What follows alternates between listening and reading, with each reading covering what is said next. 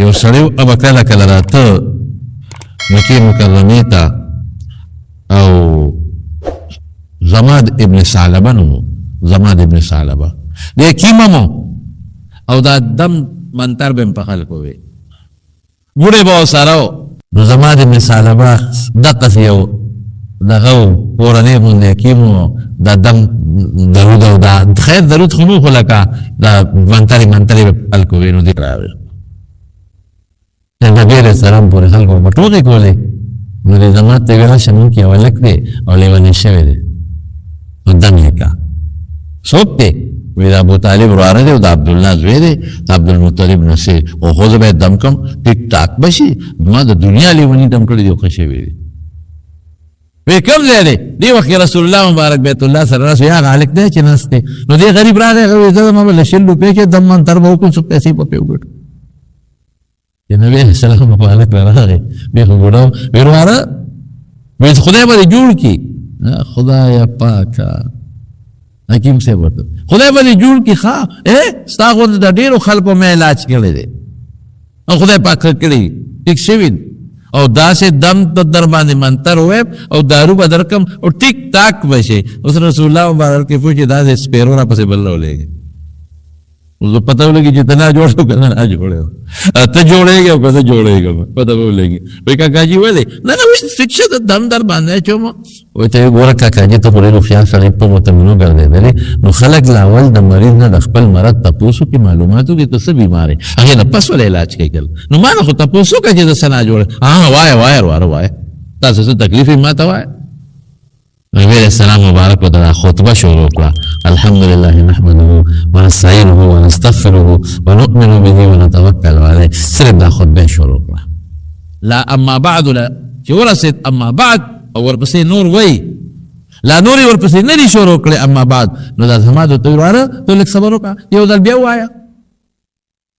رسول الله مبارک بیا ورته خطبه شروع کړه الحمدلله نحمده ونستعینه دا د خدای صفتونه دي که الله نه مدد غواړو او دا د الله نه بخښنه غواړو اشهد ان لا اله خدای یو دی ان محمدا عبده ورسوله زه د خدای پیغمبر یم دا خطبه وي چې اما بعد ته ورته وراره وایي ته لږ چپ شه یو ځل بیا ووایه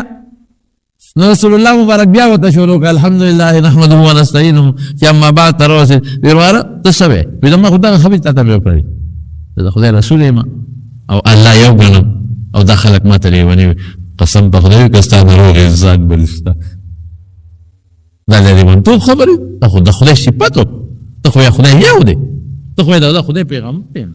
د تاسې که مې خبرې وکړه ستا د خولې نه ما څه واورېدل دا نه کهانت دی نه شعر و شاعري ده نه سحر او جادو دی نه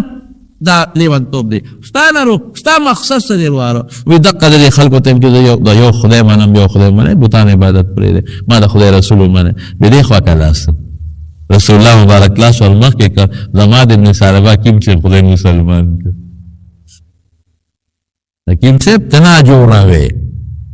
د شرک او د کفر او د ګمراهۍ په بیماری پروت وي ته نه جوړه دی داسې ټوکې ملنډې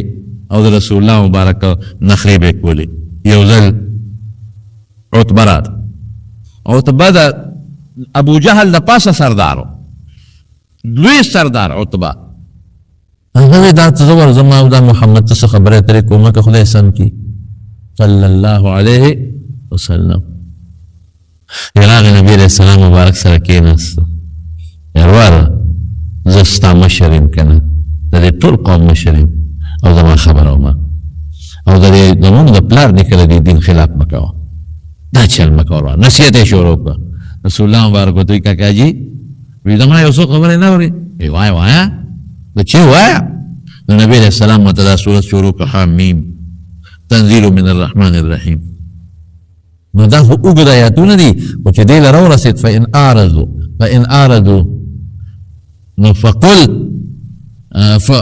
څنګه دی انذرتکم مثل صاعقة مثل صاعقة عاد وثمود چې دې له څنګه راورسېد که نه دا آیتونه ورته رسول الله مبارک وي عتبه لاس راواخېست او د پیغمبر علیه السلام په خولې کېښوده وي بس نورو پسې مخکې مه ځوئ نور لاندې نه شي عتبه نه چا تپوس وکړو وایي دا لاس یې وله په خوله ولې کېښ ښه نشته چې عتبه اوس هلته کې ابوجهل دې ټول ولاړ دي را روان دي رنګ یې بدل دی ابو جهل ملګرو ته وی په کاکاجیم لکه چې جادو شو وی چې ته یو شان روانو چې روان دی بل شان روان هغه کېناسته د خپل ملګرو ته وته درته یو خبره کوم وی زه سپینګیرو مشرم په دنیا ګرځېدلی یم قسم دې که دا دې سوي دا شعر و شاعري نه ده شعر و شاعري د پیژن دا دې چې سوي کهانت نه دی دا سحر او جادو نه دی دا دې چې سوي دا هغه کلام دی چې زما لی بار راوویسته دا رښتونې خبرې دې کې دویمه نه چلېږي دا رښتونې خبرې دي وی کاکاجي دا په خولې دې ورته لاس ولې کېښوده وی چې هغه دا وی چې قل انذرتکم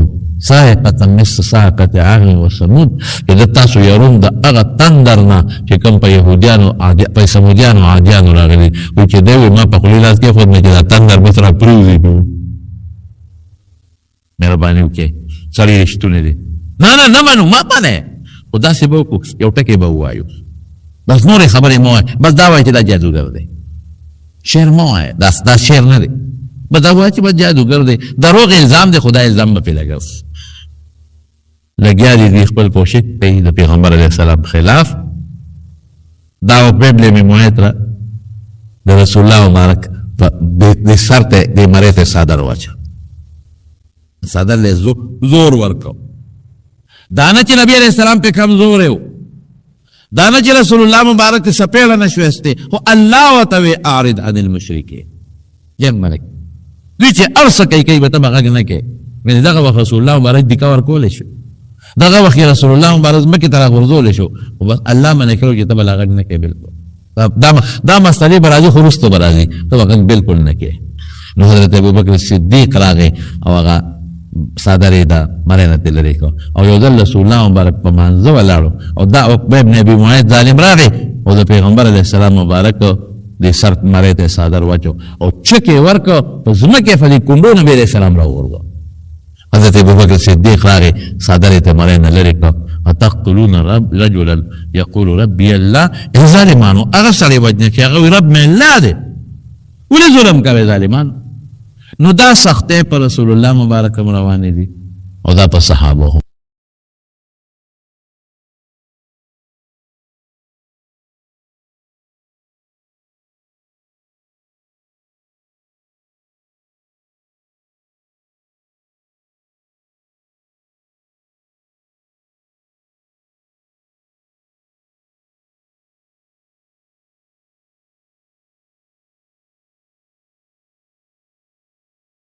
لکه زمون ستاسو د هدایت لوی ذریعہ د دعا جهان سردار نے قرآن شریف کے اللہ پاک فرمائی یا ایها النبی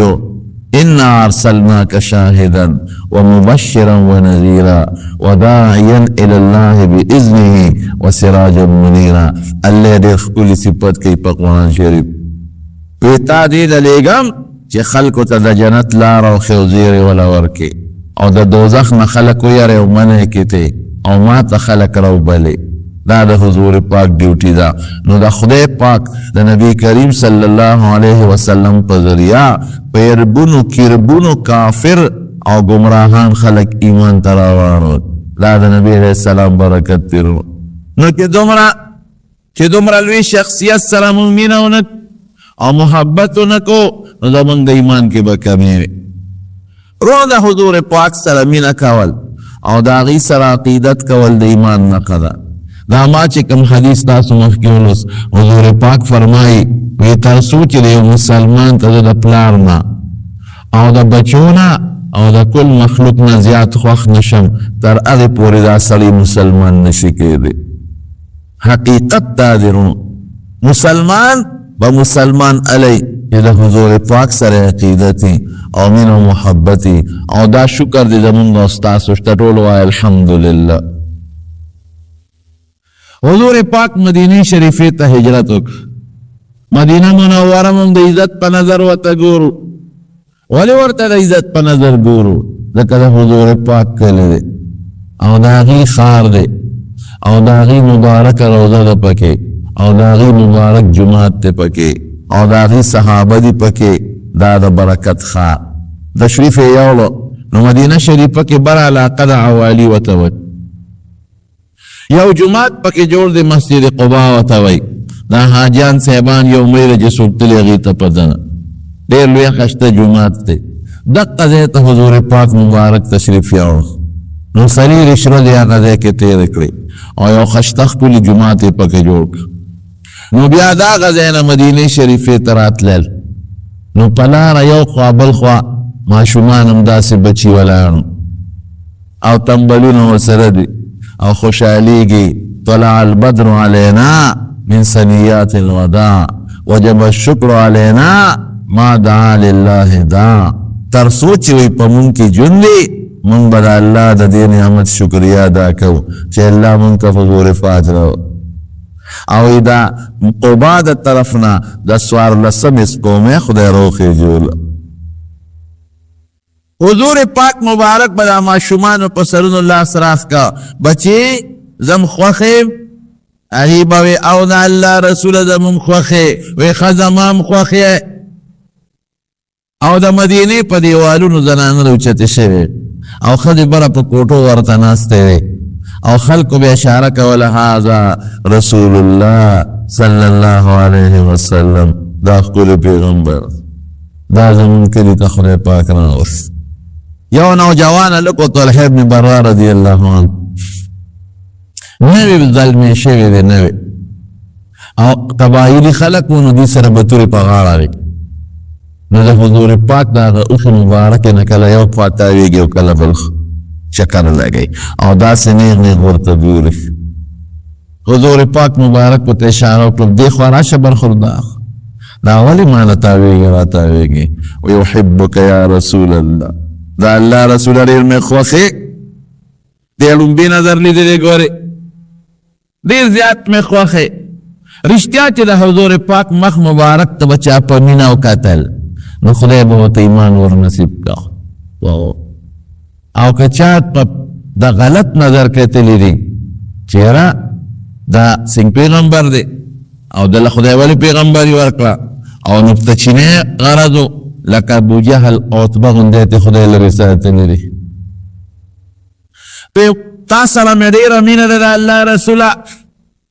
وی ما سره د مینه شته وی یو نو چې ما سره د مینې خو زما خبره به هم منې رونو ګورې د حضور پاک د مینې مقصد دا دی چې مونږ هغې سره مینه وکړو چې د هغې خبره باندې عمل زمونږ راشي د هغې عقیده خپله کړو او د هغې خشته اخلاق ځان کې پیدا کړو او د هغې په شان ښکلی عمل وکړو او د هغې په شان کردار پیدا کړو وی چې ما سره د مینه ده خو زما خبره به هم منې وی حکم کوی حضرت وی ښځې او کار وکړه اوس به دې معلوم سي چې مینه شته که نشته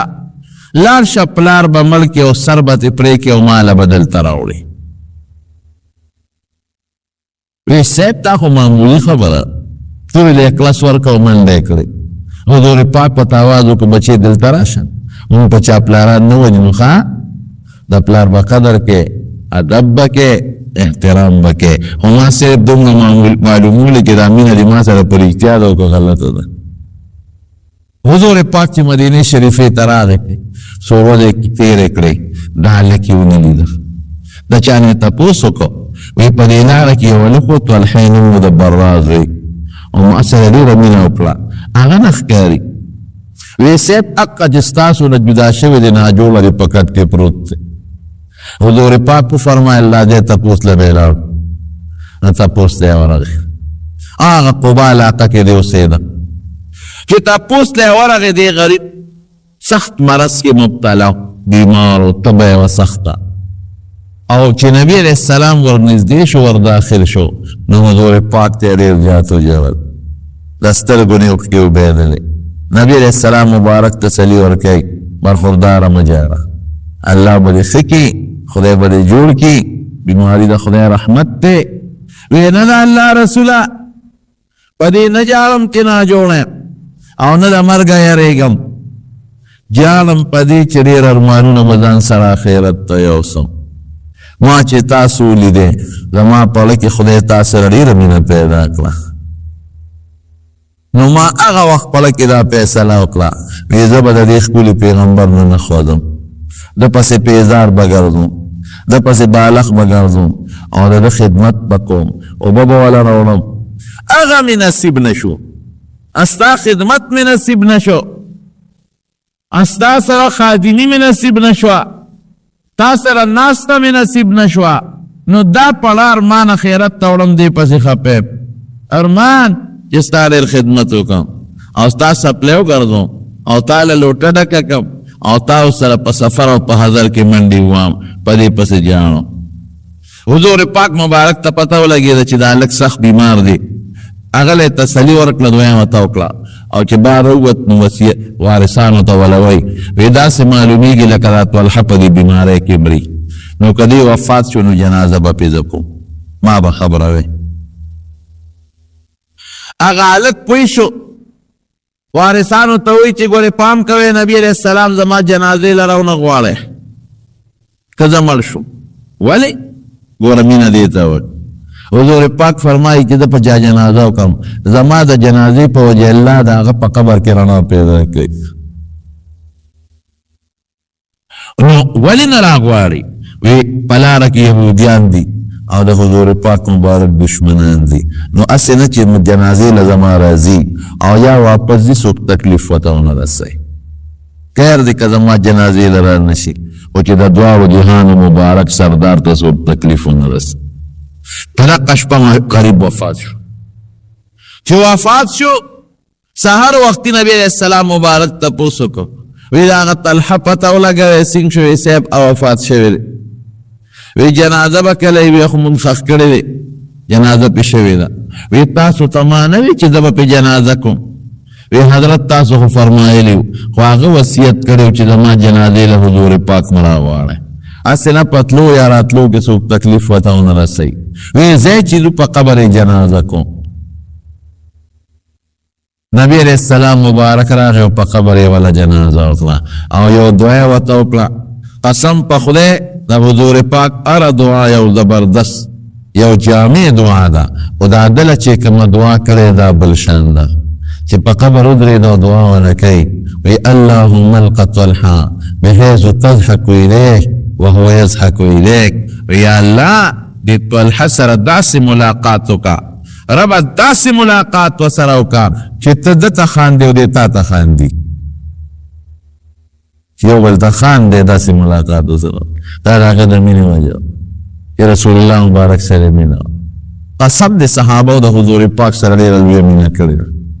یو جهاد له نبی علیه السلام مبارک تر یوه ښځه وه یو ماشوم بچې ورسره پټېلې، د وروني ماشوم چې دا ټوکړه کې تړلي، دا ښځه د لاس اوچت که او خدای ته یې چغې کړې یا الله نن رسول الله مبارک جهاد روان دی او زما دومره څوک نشته چې زه ورسره ولېږم.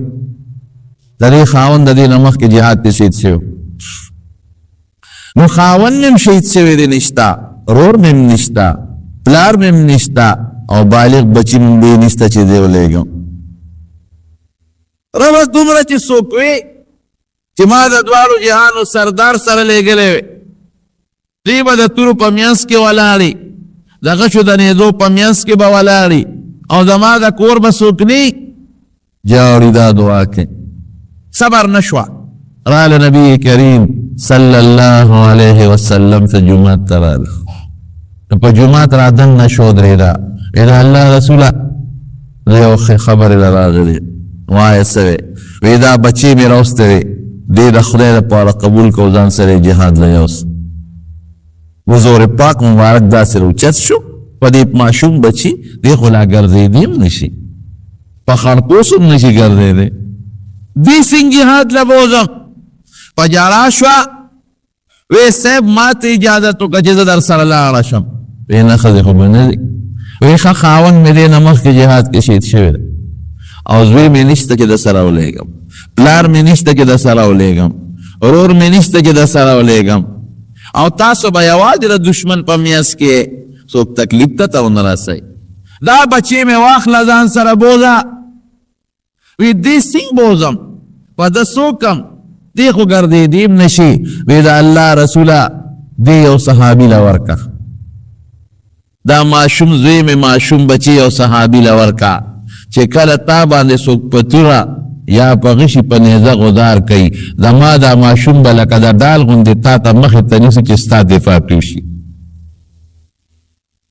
ډېرې قطرې قطرې شي، ټوټې ټوټې دي چې پروا نشته او چې تا ته غشي راونه رسي تا ته توره راونه رسي تا ته نیزه راونه رسي وایه دومره مینه چې د صحابو د حضور پاک سره وه داسې مینه په دنیا کې د بل چا کیدی شي نشي کېدی قسم دی که د پلار سره هم څوک دومره مینه وکړي او که د مور سره هم څوک دومره مینه وکړي او که د بچو سره هم څوک دومره مینه وکړي کومه مینه چې د صحابه کرامو په زړونو کې د دواړو جهانو مبارک سردار ته عجیبه مینه عبدالله ابن زبیر رضی الله عنه د حضور پاک یو صحابي دی او رشتہ دار هم دی نبی علیہ السلام یو ځل د وجود نبینه مبارکه وویسته ښکر باندې دا وینه وبه یې ښکپه خوا هغه له هغه وینه ورکړه ښکر وی دا وینه چېرته پټه کړه چې د باروت نه هغه وینه وڅکله د حضور پاک هغه وینه نو راننوت وی عبدالله هغه وینه دې څه کړه وی صاحب پټه مې کړه وی کوم ځای دې پټه کړه نو خېټې ته یې ګوته ونیوه وی دلته مې پټه کړه دومره مینه حضور پاک پته فرمایي وی په کوم وجود کې چې زما وینه شامل دی د جهنم اور په حرام دی دا امره مینه زړه کې له هغې وینه نه ده ورکړې د حدیبیې په مقام کې د مکې کافران راغلي او د نبي علیه السلام سره یې صلح کوله په هغې کې یو کس و روی ابن مسعود ثقفي د کافرانو د طرف نه نماینده و نماینده هغه راغی د نبي علیه السلام سره یې خبرې وکړې بیا لاړ خپل قوم ته د مکې کافرانو ته هغې ته وی پام کوئ دې سړي سره جنګ مه کوئ حضور پاک مبارک یادوي وی قسم دی د هغه ملګري خو په هغه ځان قربانوي وی ما ورته کتل وی چې هغه اودس کو نو وی د هغه د اودس اوبه چې ځمکې ته نه دي پرېښی د هغه ملګرو به راغېشتې او په ځان به یې مږلې او یو بل سره یې پې جګړې کولې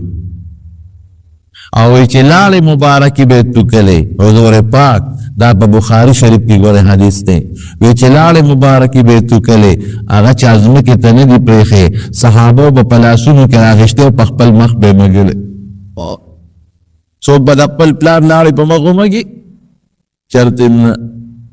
دومره مینه وه لاړو نه خلک کرکه کوي او د حضور پاک لاړې به هغوی ته مشک او عنبر ښکارېدل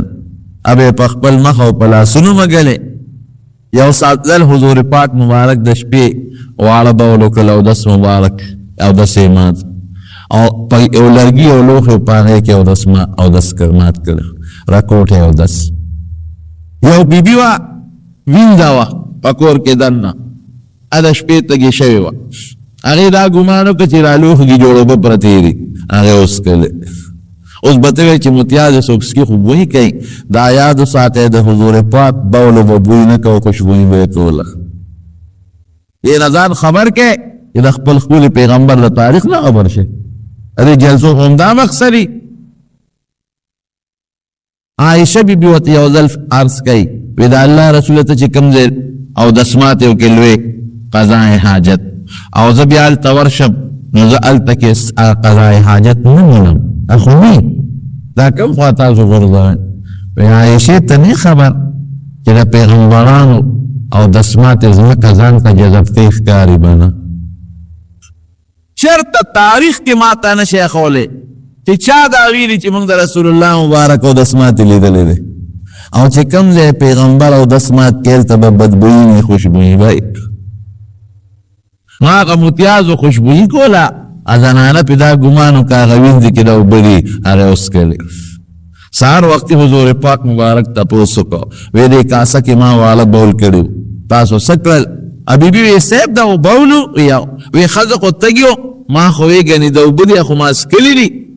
نبي علیه السلام غصه ورته ونه کړه چې بول دی ولې څکل متیاز هم څوک څکي دی ورته ونه فرمایل ورته یې څو فرمایل الله اکبر وی زما بول دې وڅکل په غلطۍ کې وی تر مرګه پورې به په تا د خېټې مرض او درد رانشي یو ځل حضرت فاطمه رضی الله عنها کرے تشریف وړی حسن او حسین کې یو ماشوم دا واړو ډېر زیات خوښ قسم دی دوی سره ډېره زیاته مینه وه نو څو سره د خلکو مینې خو دوی سره ډېره زیاته مینه وه نو یو ماشوم پکې جاړه فاطمه رضی الله عنها کشرې لور ته آواز وکړ بچې دا ماشوم راوله ولې جاړي؟ وی دا الله رسوله اوږې دې نو جاړي. وی مال یې راوله، چې راوس نو حضور پاک هیک کې ونیو او خپله ژبه مبارکه یې د هغه په خوله کې ومنډله. هغه د حضور پاک ژبه وساتله هغې ماشوم. وی راشه بچي دا زوی دې واله، وی زما لاړې خېټې ته لاړې، وی تر مرګه پورې به دې د لوږې او د خېټې د درد نه چرته هم چغې ونه وایي، نه به پې د خېټې درد راشي او نه به پې لوږه راشي. دا د حضور پاک د لاړو مبارکو برکت او د صحابه مینه. زما دې په خدای قسمي قربانېدل به صحابه کرام ځانونه به قربانول د حضور پاک له. یو صحابي دی حضرت سعد رضی الله عنه. دا صحابي د رنګ نم تورو او شکل یې همداسې و چې پوزه یې غټه وه، سترګې هم څه بل شانتې وې، غوږونه هم بل شانتې وو، ډېر بدنما غوندې و د شکل نه. خو الله ګورې د انسان شکل ته نه ګوري. ښه ان الله لا ينظر الى صورکم، ستاسو شکل ته څوک الله نه ګوري، عمل ته ګوري. نو اوس هم په مکه مکرمه کې که تاسو دا ډېر ملګري به حج عمرې له تلي، هلته د افریقې دا تور خلک یې بعضې پکې څه عجیبه غوندې شکلونه، پوزې او سترګې او غوږونه تور هم یو شکلونه هم بل شانتي. نو دې تک تور مو په مخ یې غټ غټ داغونه مو او شکل یې هم څه بل شانتي و او ډېر غریب. یو ځل د هغې حضور پاک مبارک ته کېناسته او ژړلې. وی د الله رسوله وی ما به خدای ځان ته رانږدې کړي، پرې به مې دي، ما به جنت ځان ته پرېږدي او د جنت هورې به مې ځان ته پرېږدي. حضور پاک ورته فرمایي وی ساده که زما او د الله تابعداري دې وکړه نو خدای به دې ځان ته پرېږدي، رانږدې به دې کړي او د جنت هورې به دې ځان ته پرېږدي او جنت به دې ځان ته پرېږدي. او که زما د الله تابعداري دې ونه کړه نو نه به خدای ځان ته پرېږدي، نه هورې او نه جنت. دا ولې؟ دا جاړې ولې؟ وی صاحب وی دا شکل هماله الله را کړی دی، دا تور شکل او دا بل شان شکل زمانه خلق نفرت او کرکه کوي. زه چې په یو جام اوبه کوم په هغې څوک اوبه نه څښي، ما سره څوک لاس نه میلاوی، څوک را سره کیني نه، څوک را سره یو ځای ډوډۍ نه خوري، ما نه خلک کرکه. ماشوم بار وباسه بچې، ماشوم بار وباسه، بار وباسه، د ماشوم جاړې بار وباسه بس. نو ما له خلق په دنیا کې کرکه کوي، نو دا شکل هماله الله را کړی. نو زما کې سودا شو چې خدایا مخلوق را نه کرکه کوي، نفرت کوي، هسې نه چې د قیامت پر ورځ خدای استعمال کرکه وکړي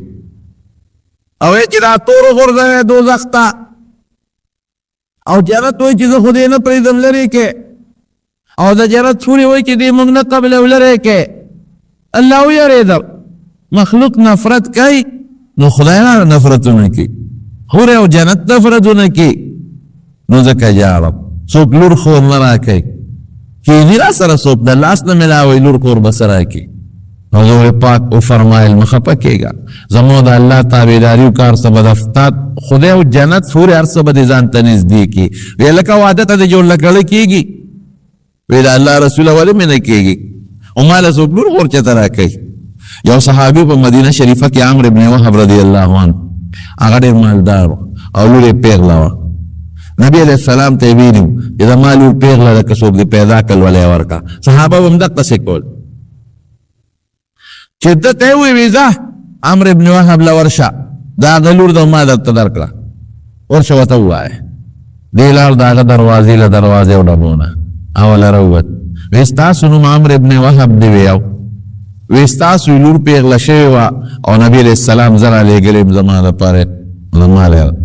هغه چې درته وکتل شکل ته او رنګ ته او مخ داغونه او پوز او غوږونه بل شان. وی ته لږ صبر وکړه، ښځې سره ځلا کړو، ښځې ته یې لوی، ښځې راله دروازې په چوندې کې وکتل. وی سړیه ده سره خو زمونږ لور ګزاره نه شي کولی، د سره به څنګه ګزاره کوي، سبا به زمونږ لور خپی نو بیا به حضور پاک هم خپی. نو داسې وکړه چې حضور پاک ته لاړ شه، ورته ووایه چې زمونږ لور له بل څوک راولېږه، مونږ دې قربانه لور خو ګزاره به نه کوي. نو سبا به دې هم خپی، لور به هم خپی، بیا به حضور پاک خپی. نو دې غریب یې را رخصت لکه بیا خپه ده چې ما خو وایي چې ما له څوک لور خور نه کړي. اغلوري را خبرې واورېدې وی بیبي څه چل شوی دی وی دا ستا دپاره حضور پاک یو هلک را لېږی رشتې له خو مونږ واپس که وی ولې م واپس که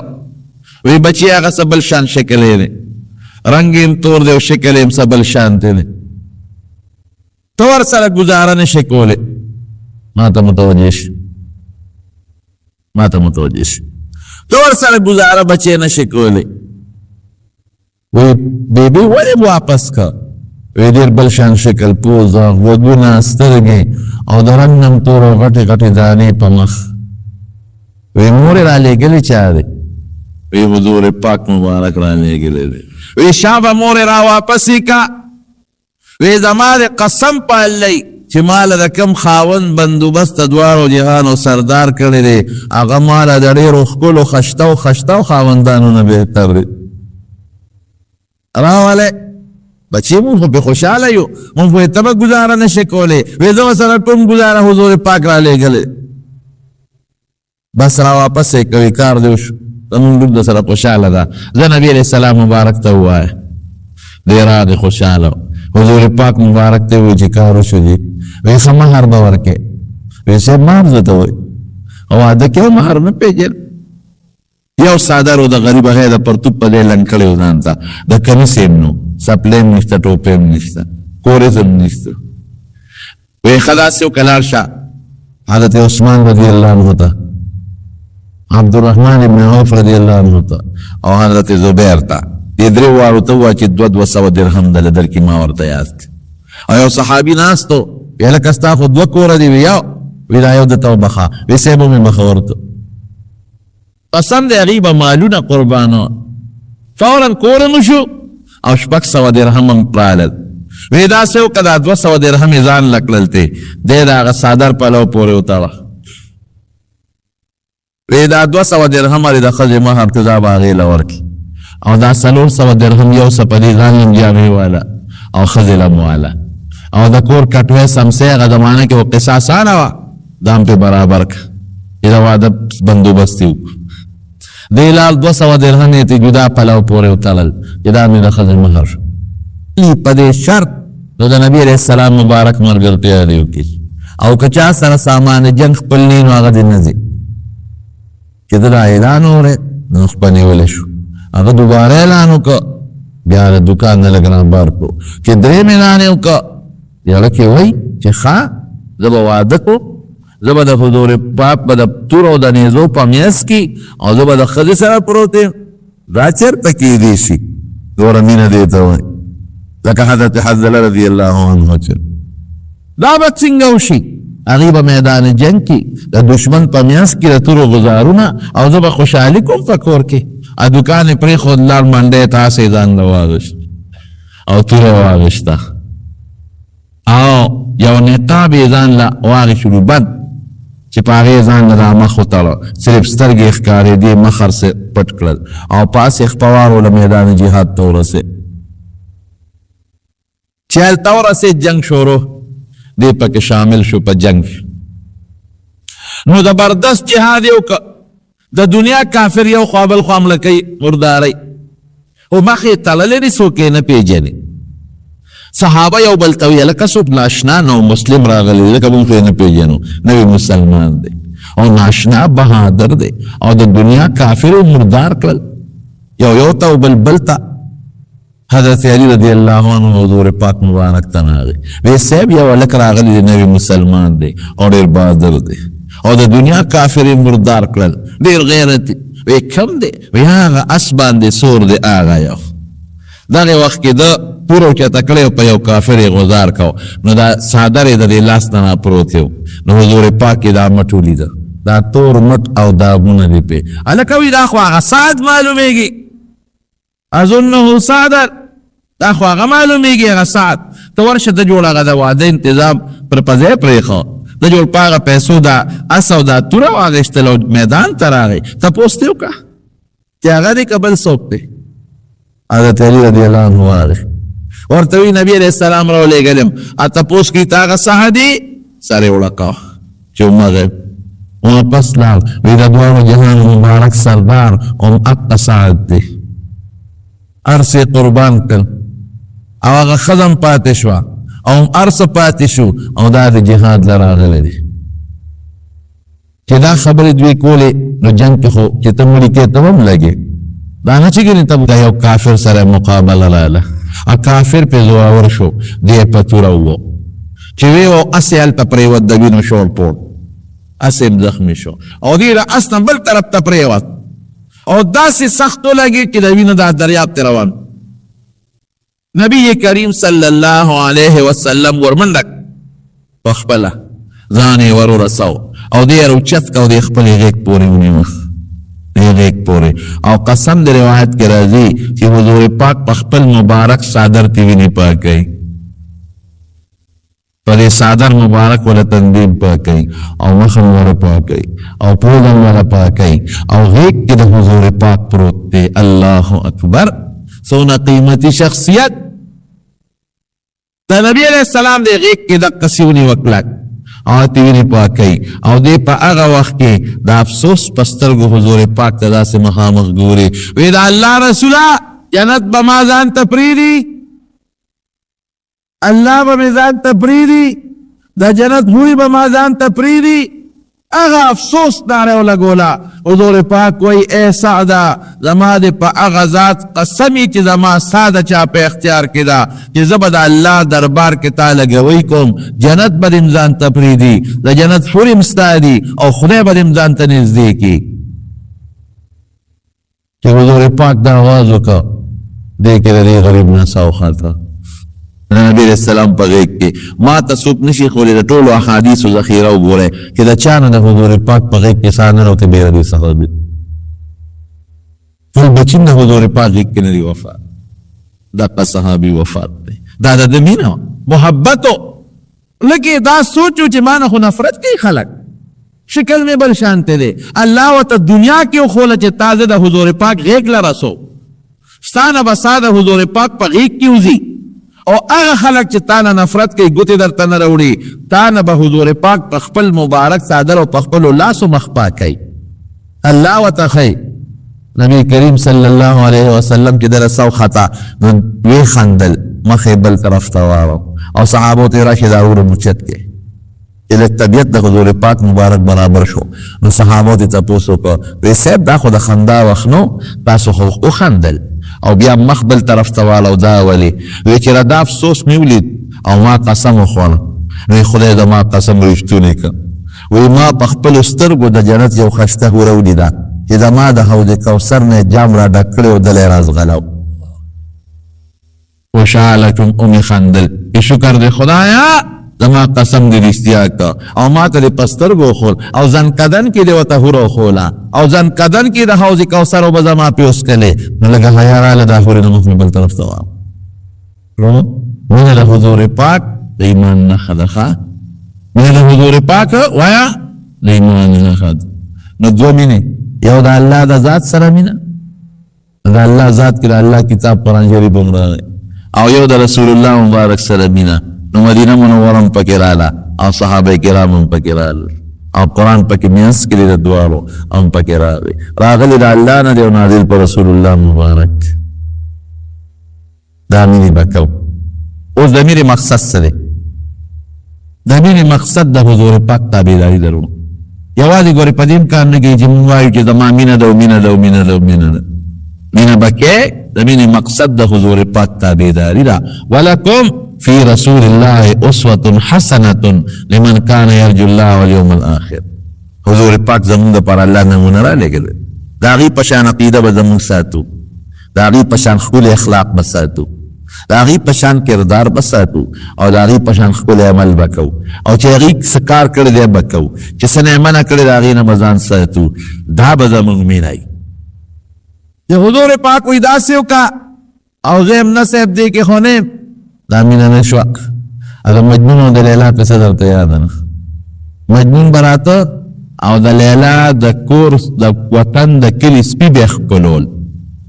او دیوالونه به یې ښکلول ولقد امر علی الدیار دیار لیلا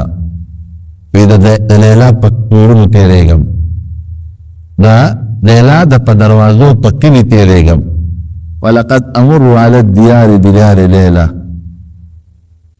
نو چې تیریږم نو دا دیوالونه ښکلوم اقبلو ذل جدار و ذل جدار کله هغه دیوال ښکلوم کله دا بل دیوال ښکلوم یا وی وما حب الديار شغفنا قلبي ولكن حب من سكن الديار وی دیوالونو باندې عاشق نیم وی دیوالونو مینا می پاله کې نه پرتا د دیوال دنه چې سو کوسیږي الله لا وی سي کړ نو یو ځل راغی نو هغه ځنګل کې ډیره شو د لیلا د کور مخې ته ځنګل ډیره شو وی زه په دې لاره کې چې دروغه پړونی خو به وینم دا دیوالونه خو به وګورم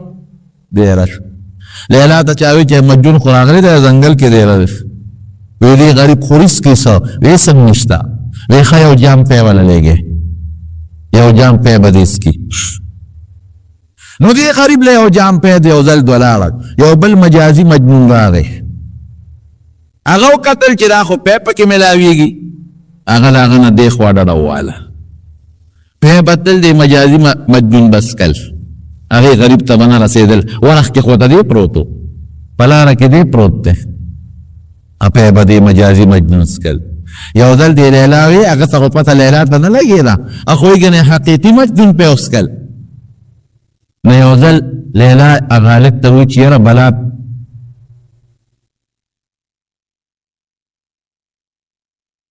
چې خبر کلاسیک وخت کم دی کله دا یو دونټه کله مټنی پرې ته سره توجه خرابېږي دې سره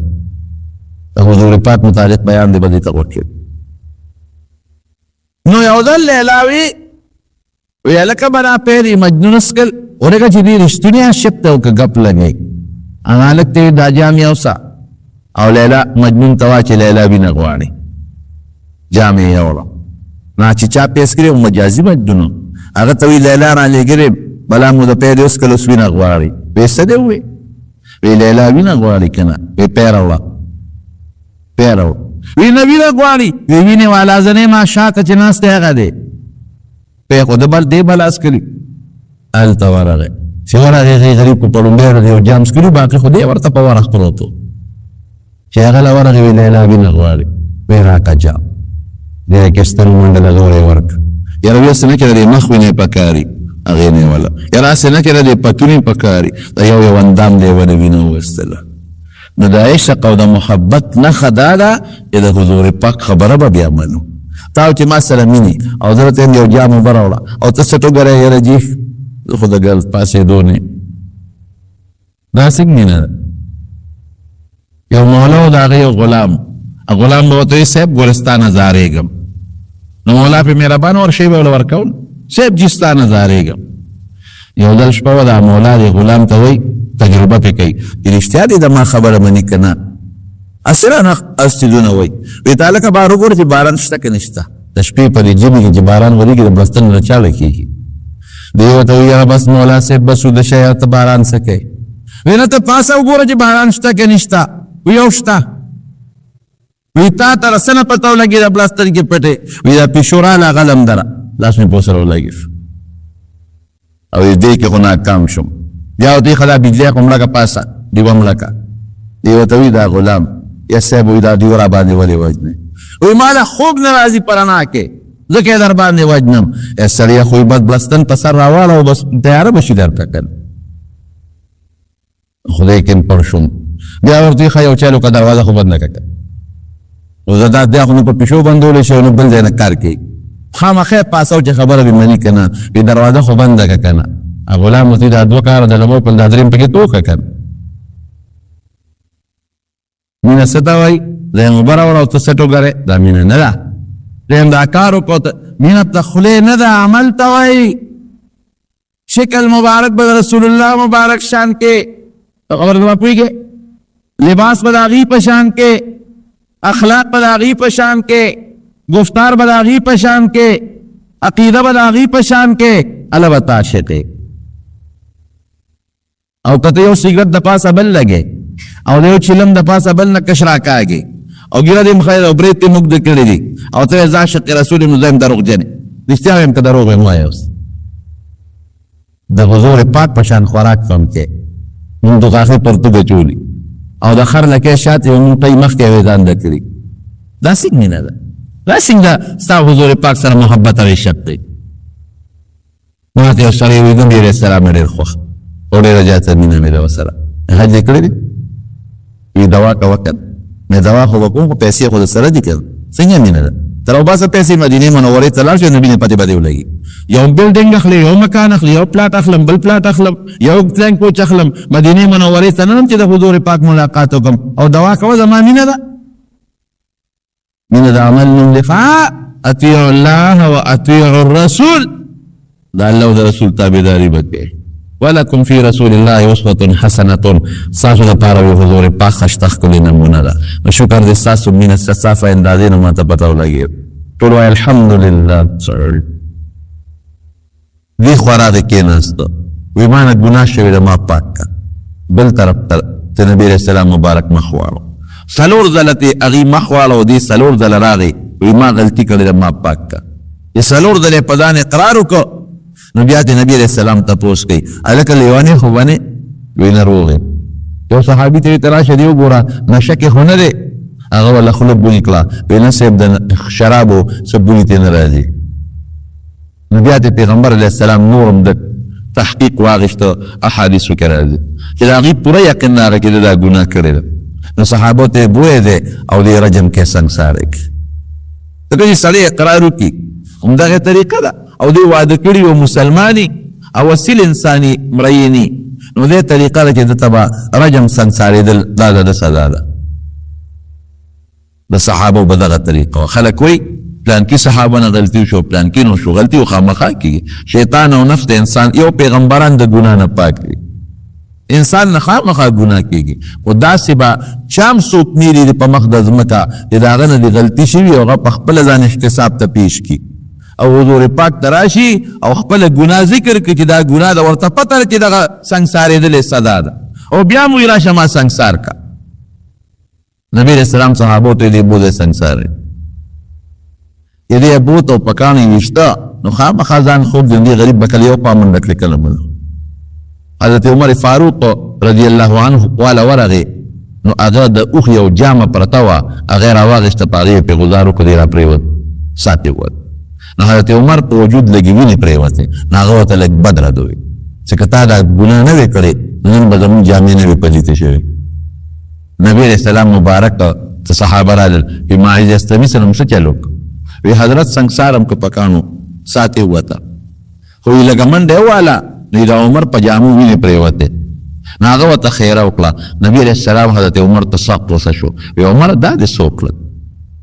یو روایت کې اهل مدینه ذکر دی او بل کې د ټولې ځمکې ذکر دی. وی دې ماعز د الله په حضور کې یو توبه ایستې وه، وی زما د قسم وي که دا توبه د ټولې ځمکې په ګناهګار مخلوق ته تقسیم کې د ټولو ګناهو ته الله وبخي. چې کومه بیبي ورسره بدنامه وه ماعز اسلمي سره، هغه بیبي راله نبي علیه السلام له وی صاحب زه هغه یم چې هغه ماعز سره ما ګناه کړې ده، ما هم پاکه کړه. ورته پته وه چې سزا همدغه ده، ځان یې پټ نه کړه ځکه چې څلور ګواهان پې دي نو ته وله رجم نشي ورکولی. خو د ماعز خبره وه خو یو ګواه نور ګواهان خو نو په خپله راله. نبي علیه السلام وفرمایل وی د دې زنانه په ګیره امید دی چې کله یې بچي وشي هغې نه پس دې را راشي. نو چې بچی یې پیدا شو نو بیا راله. په خدای قسم سړی صحابو د ژوند ته ګوري سړی حیران شي، د خدای نه یره بیا راله. وی د الله رسول زما هغه ماشوم پیدا شوی دی او په ما د الله حکم جاري کړ. نبي علیه السلام ورته وی دا ماشوم دی او دا به دې به څه کوي چې په تا د الله حکم جاري کړم. زه دا ماشوم بو د پی ورکه چې د پیو نه یې پرې کې بیا راځه. 2 کاله ماشوم له پی ورکړل او 2 کاله پس هغه خپل ماشوم بچی په غېږ کې نیولې دی، ډوډۍ وله لاس کې ورکړې ده او پیغمبر علیه السلام دی راوسته. وی د الله رسول دا زما هغه بچی دی، ما د پیو نه پرې کړی دی، ورته وګوره ما ته یې جدي سا ډوډۍ په خپله خوري، په ما د خدای حکم جاري. د مارونو د مینې مقصد ګورې دقه دی. ښه د مینې نښه دا ده چې چا سره د مینه یي د هغه خبره به منې، چا سره چې د محبت او مینه یي د هغه تابعداري به کوې. ما سره اوس د چا مینه ده او زه ورته یم هلکه لاړ شه د کور نه یو ګیلاس اوبه راوړه او دې غلې غوندې سټ وګوره یو ما ته یره ګزاره به ونه کړی شي، لږ صبر وکړه ګزاره وکړه. نو دا خو مینه نه ده که نه؟ مینه دې ته وایي که ګرمي او که یخني دې منډه به وي دماغه کار به کوي. نو دا چې الله د مسلمان په زړه کې د حضور پاک سره مینه اچولې ده او د ایمان مفهوم مینه ده، د هغې مقصد دا دی چې موږ به د حضور پاک تابعداري کوو. د هغې مبارک شکل به زموږ خوښي، چې چا سره د مینې د هغه شکل به دې خوښ، د هغې مبارک اخلاق به دې خوښ، د هغې عادات به دې خوښي. د مینې مقصد دا دی چې چا سره د محبت د هغه حکم به منې، د هغه خبر به منې، د هغه تابعدار به جوړېږي، د هغې اخلاق به دې خوښي، د هغه شکل به دې خوښي. زمونږ ټول ژوند خفه کېږی ما، زمونږ ټول ژوند د انګریز خوښ دی، زمونږ شکل د انګریزانو خوښ، زمونږ دا جامه د انګریزانو خوښه ده. په هغه پتلون باندې دا ماشومان مونږ سکول ته لیږو، نو په دا سکول کې ضرورت ته د پتلون سره چې مونږ ماشوم ته پتلون اچوي. دې کې څه جنت دی چې د ماشوم ته 4-5 کالو ماشوم ته پتلون څه او سکول والا دا او په پتلون پیسې څومره لګي؟ عامه جامه ارزانه ده او دغه پتلون او هغې سره چې هغه کوم شی دی ګران دی. او بیا سکول والا هم وایي چې ماشوم ته بعضې سکولونو کې دغه یونیفارم دایق لازم کړی دی چې خامخا به بچي ته پتلون باچي او دغه هغې سره به خپل شی کمیس څه ورته وایي دا به ورته اچوي. او ټیانې دي بعضې پېښور کې مخکې ورځو کې حیات آباد ته تللم ماشومانو سکول چوټي شو، مخکې ته ماشومانو ته هغه ټی مویزان دی ټیانې مرتاوي، څومره خرچه په دې کېږي. نو کالج والا او سکول والا هم لازم کړي چې دا به کوي او مور او پلار هم کوي، پیسې پې لګوي خدا کوي. دا ولې پیسه پې زیاته لګي؟ د سکول والا ته پته ده چې دا لباس د خلکو خوښ دی، نو چې زه ورته دا لباس په سکول کې شر کړم ماشوم به ماله راولي. او د سکول والا ته پته ده چې دې لباس پسې شاته یو بل نظام دی، نو خلکو ته ښیي چې ګورې د دې لباس والا کوم نظام دی، نو دا زما د سکول کې ښودلی کېږي. نو که د خلکو په زړه کې د دغه لباس سره دغه دوغاقي پرتوګ سره مینه نه وي او د هغې په شا چې کوم تهذیب پروت دی، د دغې پتلون په شا چې کوم تهذیب پروت دی او د دغه لکۍ چې دا ټی مخکې اویزان دی د دې په شا چې کوم تهذیب پروت دی، که مسلمان سره د دې مینه محبت نه وي سکول والا به دا لباس ولې شرط کو د خپل سکول دپاره؟ کالج والا پرایویټ به د خپل کالج دپاره دا لباس ولې شرط کو؟ هغه ته پته ده چې د خلکو دا شی خوښ دی، پیسه پې ډېره لګي خو ورکوي، پیسه پې زیاته لګي خو ماشوم به بیا هم ماله راولي. د دې لباس په شا چې کوم تهذیب دی هغه خوښ دی، د دې په شا چې کوم نظام دی هغه د خلکو خوښ دی. موږ وایو عاشقان رسول یو، موږ د حضور پاک سره مینه محبت وي، د هغې خشته ښکلی لباس ساده اولې موږ دا نه خوښوو. د هغې خشته ښکلی عقیده کې څومره خیر دی او د هغې په اخلاقو کې څومره خیر. زما د قسم په خدای تېره جمعه مې درته بیان کړی دی، د هغې اخلاقو کې د انسان څونه خیر، کور کې به د خوشحالي وي، بچو سره به د ژوند د خوشحالۍ وي، دوستانو سره به د ژوند د خوشحالۍ وي، استاد سره به د ژوند د خوشحالۍ وي، شاګرد سره به د ژوند د خوشحالۍ وي که په هغه اخلاق په عمل وشي. معاشره کې به امن سکون به اطمینان به نه به څوکیدار اجتې او نه به دروازې ته رجرندې اجتې. موږ نن جومات ته جرندې وو، جومات په روس کې نه دی او نه په هندوستان او امریکا کې د مسلمان په ملک کې دی، د خدای کور ته جرنده وایي. ولې؟ قرآن شریف خلک پټوي، جانماز خلک پټوي، فقیر جماعت نه پټېږي. دا خو مسلمانانو ملک دی او جماعت د مسلمان په ملک کې د اخلاق نبوي نشته، زمونږ محبت نشته، عشق نشته. محبت عشق قرار دی، د هغې تقاضا زمونږ دغه زمونږ هیئت، زمونږ تهذیب او زمونږ ټول خوردونوش او زمونږ بودوباش دا به ټول د رسول الله مبارک د طریقو مطابق او چې هغې کې شي اخرت خو د ښه دی، دنیا به د مزېدار ژوند به د په امن په اطمینان به. په خدای قسم یو سړی راغی زمونږ باباجي له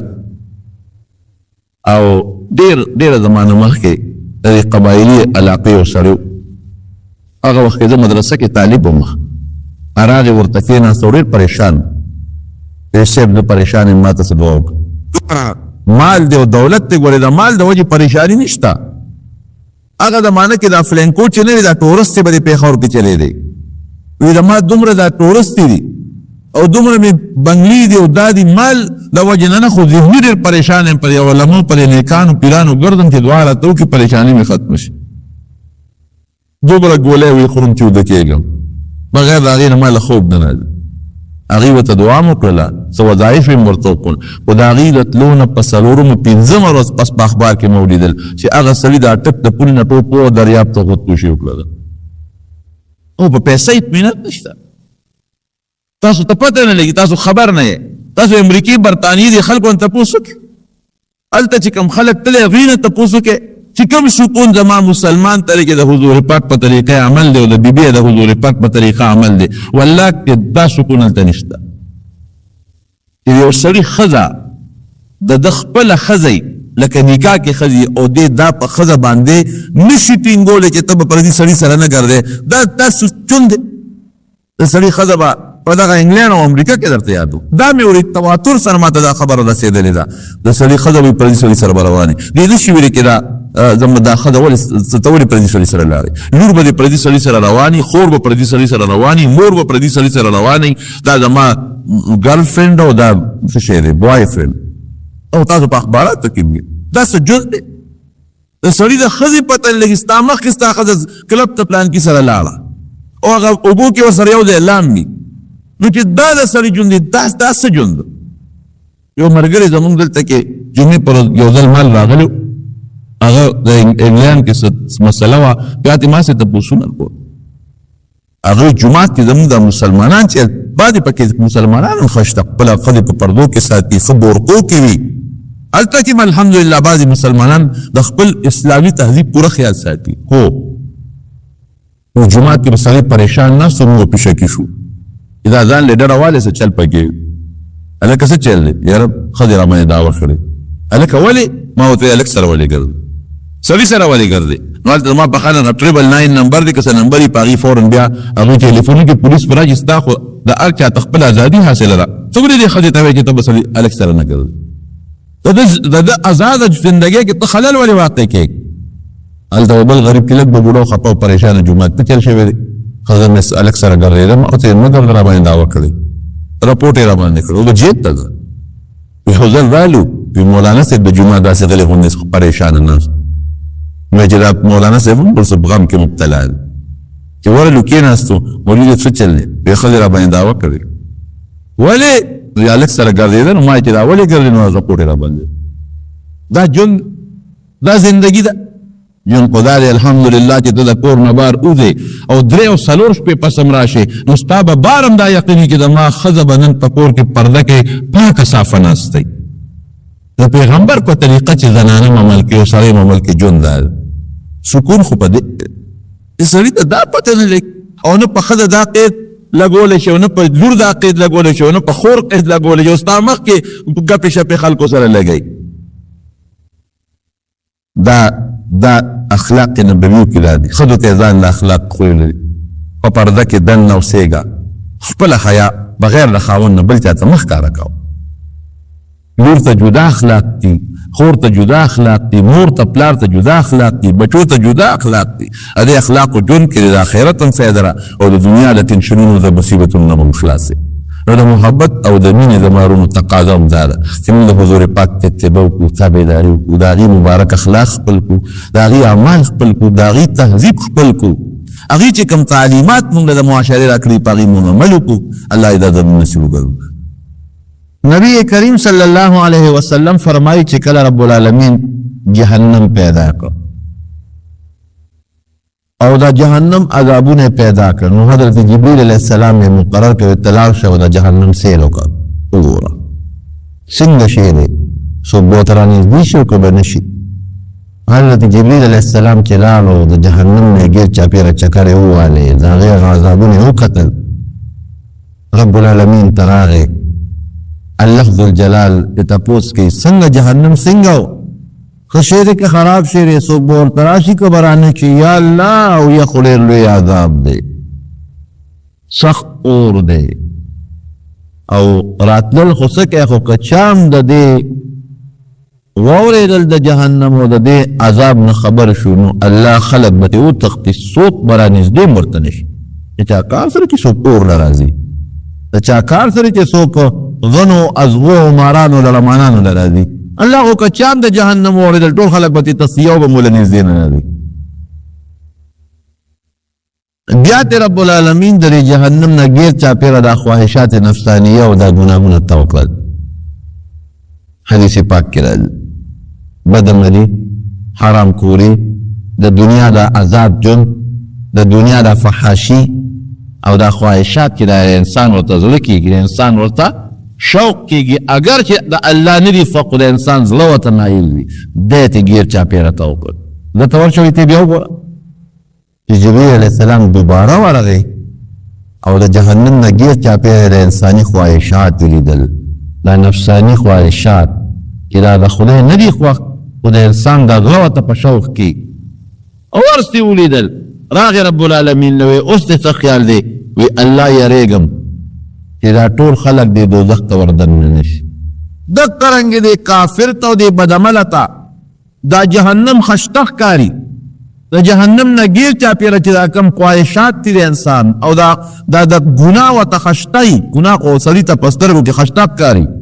دا فسق او فجور او ګناهونه